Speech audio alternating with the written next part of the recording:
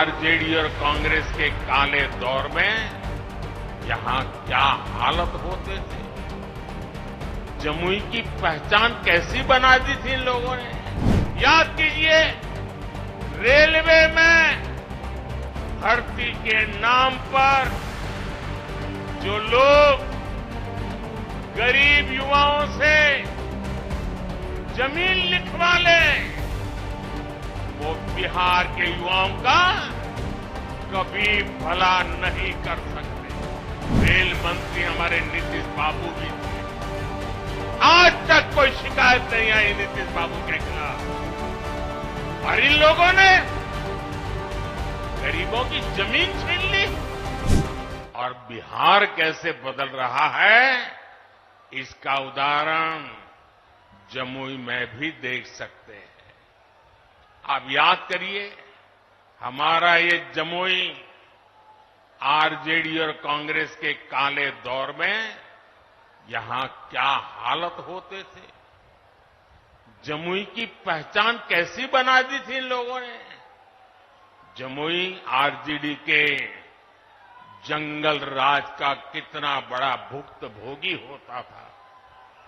जमुई की पहचान नक्सलवाद से होती थी। सरकार की योजनाएं यहां पहुंचने ही नहीं दी जाती थी। नक्सली यहां सड़कें नहीं बनने देते थे। इसका नुकसान यहां के गरीब, मजदूर और किसान को होता था। लेकिन आज वही जमुई विकास के हाईवे पर तेज रफ्तार पकड़ रहा है। नक्सलवाद दम तोड़ चुका है। जो लोग नक्सलवाद के रास्ते पर भटक गए थे, उन्हें हमारी सरकार ने मुख्य धारा से जोड़ा है। उनके परिवारों को पूरा सहयोग दिया है। अब इस इलाके से एक्सप्रेसवे निकलेगा, मेडिकल कॉलेज भी खुल गया है। अब जमुई के एक और देवघर से हवाई जहाज की सेवाएं शुरू हो गई हैं, तो दूसरी ओर गया एयरपोर्ट के विस्तार की तैयारी भी चल रही है। इस इलाके में इतनी प्राकृतिक सुंदरता है। हमारा प्रयास है कि देवघर और गया जी आने वाले लोग यहां भी आकर के जाएं। पूरे बिहार में रोड इंफ्रास्ट्रक्चर के लिए हमारी सरकार करीब 1 लाख करोड़ रुपए खर्च कर रही है। इन सारे प्रयासों से यहां रोजगार और स्वरोजगार, इसके अनेक अवसर बन रहे हैं।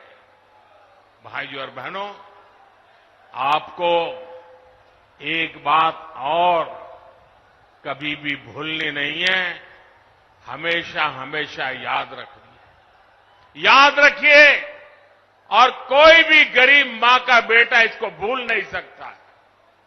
कोई भी किसान का बेटा भूल नहीं सकता है।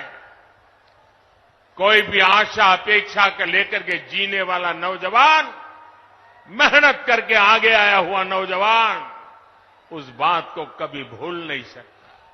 याद कीजिए, रेलवे में भर्ती के नाम पर जो लोग गरीब युवाओं से जमीन लिखवा लें, वो बिहार के युवाओं का कभी भला नहीं कर सकते।